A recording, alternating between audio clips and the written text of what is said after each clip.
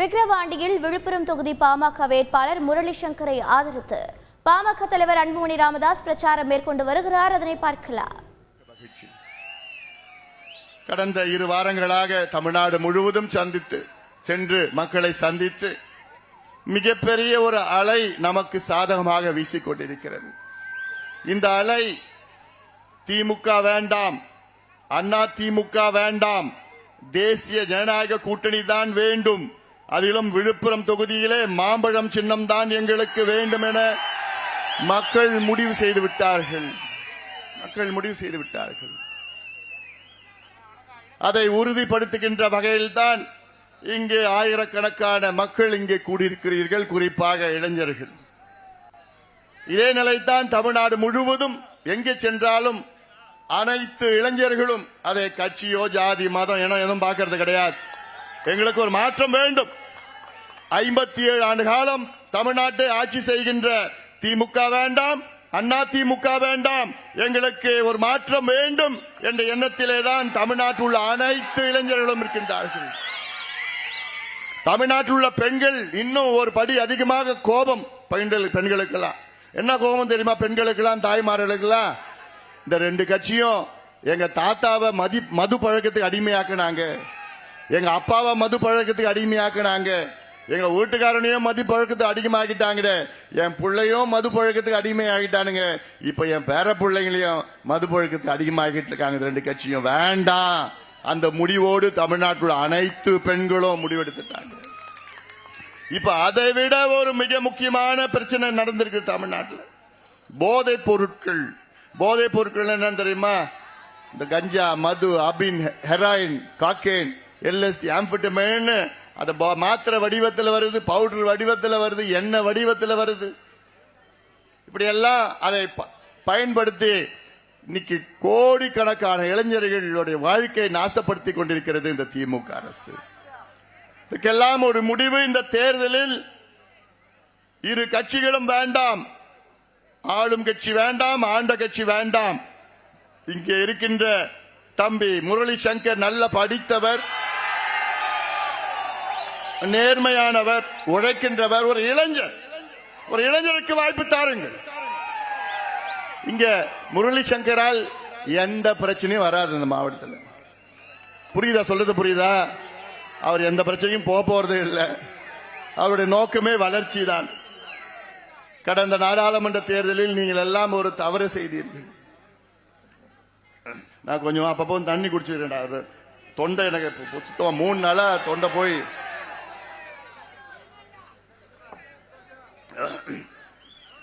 கடந்த நாடாளுமன்ற தேர்தலில் இந்த தொகுதி மக்கள் ஒரு மிகப்பெரிய தவறை செய்தார்கள்.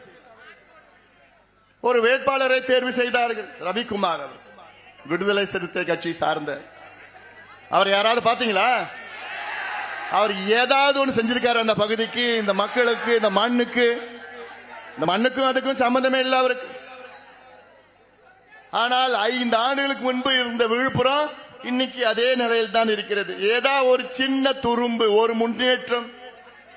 மீண்டும் அவர் போட்டியிடுகின்றார். என்ன செய்ய வேண்டும் என்று உங்களுக்கு நன்றாக தெரியும்.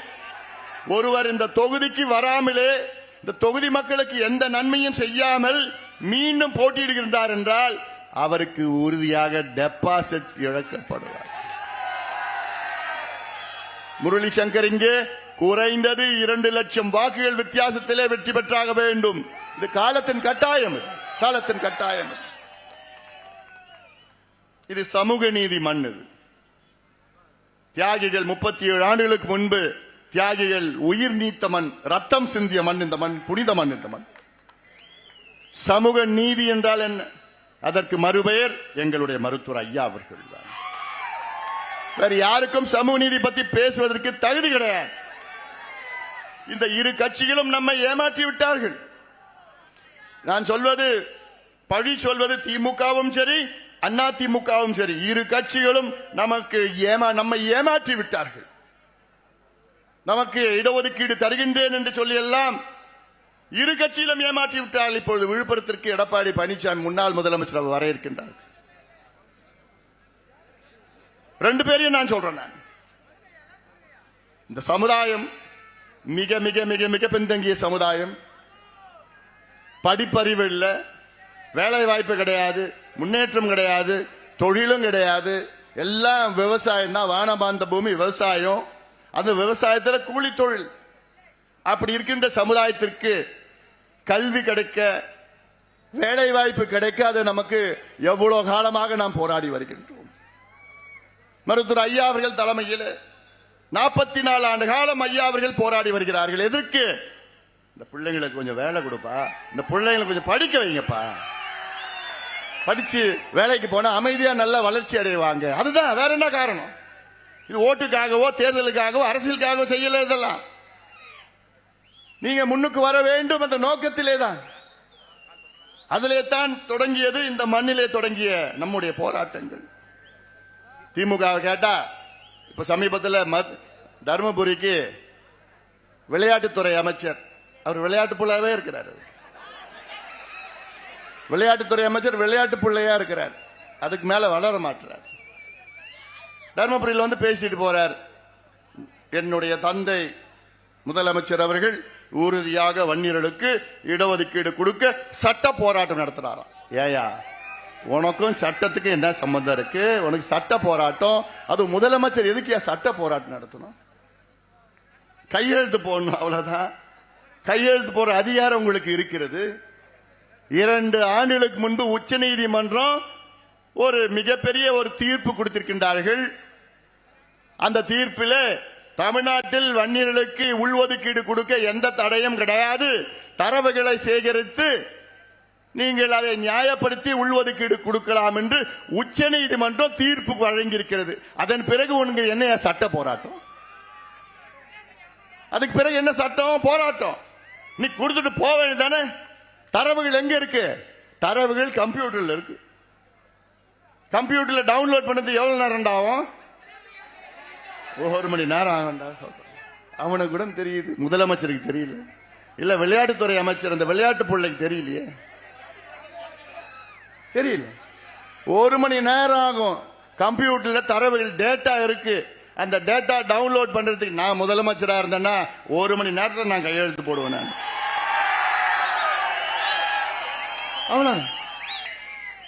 இவங்களுக்கு 2 ஆண்டுகள் உச்ச நீதிமன்றம் தீர்ப்பு வழங்கி 2021 மார்ச் மாதம் 31ஆம் தேதி உச்ச நீதிமன்றம் தீர்ப்பு வழங்கி இருக்கிறது. இன்னைக்கு 2 ஆண்டுகள் ஆகியும் டவுன்லோட் பண்றாங்களா 2 வருஷமா கம்ப்யூட்டர்ல இருந்து. படுபாவீங்களா நீங்க? எப்படிடா தூங்குறீங்கன்னு தெரியல. 2 வருஷமா டவுன்லோட் பண்ணிட்டு இருக்காங்களாம் தரவுகளை. யார் ஏமாத்துறீங்க நீங்க? உங்களுக்கு தேர்தல் வந்ததுன்னா வன்னியர் பத்தி ஞாபகம் வரும், தேர்தல் வந்ததுன்னா தலித்த பத்தி ஞாபகம் வரும், தாழ்த்தப்பட்ட மக்கள் பத்தி ஞாபகம் வரும். தேர்தல் வந்தாதான். ஏன் மாமன்னன் படத்தில் நடிச்சா போதுமா? பட்டியலின மக்களுக்கு நீ மரியாதை கொடுக்க வேணாமா?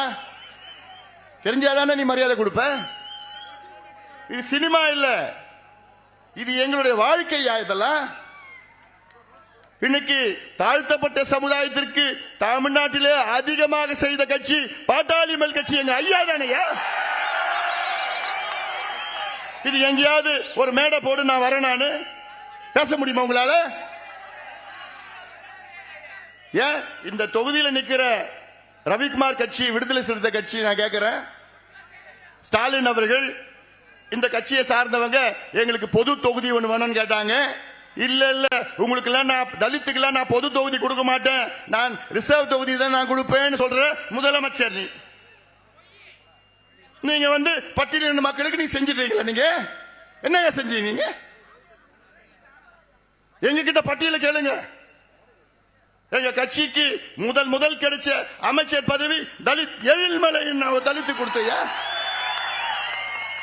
எங்க கட்சி கிடைத்த 2வது அமைச்சர் பதவி பொன்னுசாமி தலித்து கொடுத்தையா. எங்களுக்கு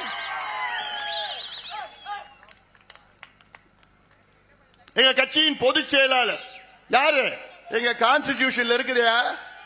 எங்க கட்சியின் அரசியல் அமைப்பில் எங்க கட்சி பொதுச் செயலாளர் யாரு போடணும்? பட்டியலினத்தை சார்ந்தவர் தான் எங்கள் கட்சியின் பொதுச் செயலாளர். தமிழ்நாட்டில் வேற எந்த கட்சிக்கும் அப்படி இருக்க இல்லையே. இது எப்போ? 1989 எங்க ஐயா அவர்கள் அமைத்தார் எங்க கட்சியினுடைய அரசியல் சாசனத்தை. இப்படி உண்மையிலே தாழ்த்தப்பட்ட சமுதாயத்திற்கு பட்டியல் மக்களுக்கு உண்மையிலே அவங்களுக்கு நீதி வழங்கி சமூக நீதி வழங்கி கொண்டிருக்கின்ற கட்சி பாட்டாளி மக்கள் கட்சி. மத்த எந்த கட்சியும் கிடையாது. நான் அடிச்சு சொல்றேன். ஆனா நமக்கு பேர் என்ன? அவங்களுக்கு சண்டை, நமக்கு சண்டை. அந்த சண்டையை மூட்டி விடுத்து யாரு? திமுக, அண்ணா திமுக. அதுல 2 பேரும் PhD படிச்சிருக்கிறாங்க. அதுல அதிக PhD திமுக. எனக்கு ஞாபகம் இருக்கு. நான் திண்டிவனத்தில் அப்ப படிச்சுட்டு இருந்தேன். அப்போ ஒரு எலெக்ஷன் வந்தது. அந்த எலெக்ஷன்ல அங்க அண்ணல் அம்பேத்கர் சிலைக்கு திடீர்னு ராத்திரில ஒருத்தன் எவனோ செருப்பு மாலை போட்டான். போட்ட உடனே அங்க ஒரே பரபரப்பு. அடிச்சுக்கிறாங்க. 2 சமுதாயம் அடிச்சுக்கிச்சு. ராத்திரில இருந்து அடிச்சுக்கிச்சு. கலவரம். அங்க பிரச்சனை, இங்க எதுக்கு? தேர்தல் நேரத்தில். உடனே யார பிடிச்சாங்கன்னு பார்த்தா எப்போ ஏதோ அந்த செருப்பு மாலை போடுறோன்னு பிடிச்சிட்டாங்க. பிடிச்ச பார்த்தா அந்த செருப்பு மாலை போடுறோன்னு அமிச்சது யார் தெரியுமா? நம்ம ஒரு ஏஜி சம்பத் சொன்ன ஒரு குடிகாரங்க சுத்திட்டு இருக்காப்ல. நம்ம ஐயாவை உரிமையில பேசிட்டு இருக்காங்க பொன்முடி. இது உடனே ஆனா கலைஞருக்கு தெரிஞ்சது. கலைஞர் பொன்முடியை கூப்பிட்டு வச்சு செருப்பால ஒன்னு அடிப்ப, அறிவில்லையாடா உனக்கு? கலைஞர் கேட்டார். ஆனா நான் இது வேற மேடம், ஏன்பா இது எலெக்ஷன் மேடம், இது நான் மாட்டேன் என்னென்னமோ பேசிட்டு, நான் இப்பெல்லாம் பேச மாட்டேன். நான்